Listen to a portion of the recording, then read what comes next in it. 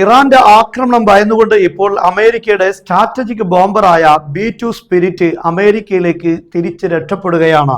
കഴിഞ്ഞ രാത്രി ഇറാനിൽ അതിശക്തമായ ആക്രമണം നടത്തി ആ ദൗത്യം പൂർത്തീകരിച്ചതിന് ശേഷമാണ് ഇപ്പോൾ അമേരിക്കയിലേക്ക് 3 B2 സ്പിരിറ്റ് യുദ്ധവിമാനങ്ങൾ തിരിക്കുന്നത്.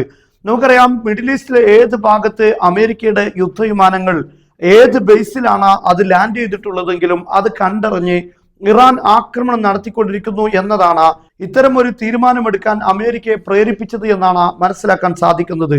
നമുക്കറിയാം, ഈ അവസാനത്തെ ആക്രമണങ്ങൾ ഇറാന്റെ വളരെ പ്രധാനപ്പെട്ട ന്യൂക്ലിയർ പ്ലാന്റുകൾക്ക് നേരെയാണ് ആക്രമണം നടത്തിയിട്ടുള്ളത്. അതേസമയം ഈ ന്യൂക്ലിയർ പ്ലാന്റുകളിൽ നിന്ന് ഇതുവരെ അത്തരത്തിലുള്ള ദോഷകരമായ രൂപത്തിലുള്ള ഒരു റേഡിയേഷനും ഉണ്ടായിട്ടില്ല എന്നാണ് ഇറാൻ സ്ഥിരീകരിച്ചിരിക്കുന്നത്. ഇറാന്റെ 3 ന്യൂക്ലിയർ പ്ലാന്റുകൾക്ക് നേരെയാണ് ആക്രമണം നടത്തിയിട്ടുള്ളത്. പക്ഷെ ഈ ആക്രമണങ്ങളെല്ലാം പുറം ഭാഗത്ത് മാത്രമാണ് ഉണ്ടായതെന്നും അതേസമയം ഞങ്ങളുടെ പ്ലാന്റുകളിൽ ഒരു രീതിയിലും പരിക്കേൽപ്പിക്കാൻ അമേരിക്കയുടെ ആക്രമണത്തിന് ആയിട്ടില്ല എന്നാണ്. യഥാർത്ഥത്തിൽ 1 മാസത്തിലധികം ആക്രമണം നടത്തിയിട്ടുണ്ട്. ഈ ആക്രമണങ്ങളുടെ പ്രധാനപ്പെട്ട ലക്ഷ്യം ഇറാന്റെ ന്യൂക്ലിയർ പ്ലാന്റുകൾ തകർക്കലാണ്. എന്നാൽ ഈ പ്ലാന്റുകൾ ഇതുവരെ ഒന്നും ചെയ്യാൻ അമേരിക്കക്കോ ഇസ്രയേലിനോ സാധിച്ചിട്ടില്ല എന്നതിന്റെ അർത്ഥം ഈ ന്യൂക്ലിയർ പ്ലാന്റുകൾ അമേരിക്കയുടെ ബങ്കർ ബസ്റ്റർ മിസൈലുകൾ ഉപയോഗിച്ചാൽ പോലും തകർക്കാൻ കഴിയാത്ത അത്രയും ആഴത്തിലാണ് എന്ന് തന്നെയാണ്. അതുകൊണ്ടാണ് അമേരിക്ക ഒരു കരയുദ്ധത്തിന്റെ സാധ്യതകളെ കുറിച്ച് അന്വേഷിക്കേണ്ടി വരുന്നത്. ഈ യുദ്ധവിമാനങ്ങളുടെ ആക്രമണങ്ങൾ കൊണ്ടൊന്നും ഇറാന്റെ ആണവ റിയാക്ടറുകൾ തകർക്കാൻ ആവില്ല എന്ന് വ്യക്തമാണ്.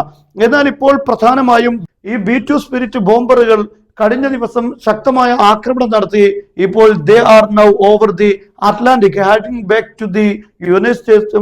അമേരിക്കയിലേക്ക് ഇപ്പോൾ തിരിച്ചുകൊണ്ടിരിക്കുകയാണ്. ഇപ്പോൾ ഉള്ളത് അറ്റ്ലാന്റിക്കിലാണ് എന്നാണ് വാർത്ത വരുന്നത്.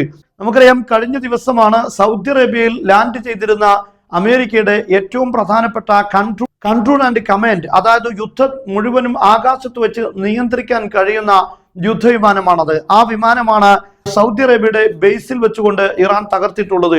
എന്നാൽ ഈ രീതിയിൽ ഇറാന്റെ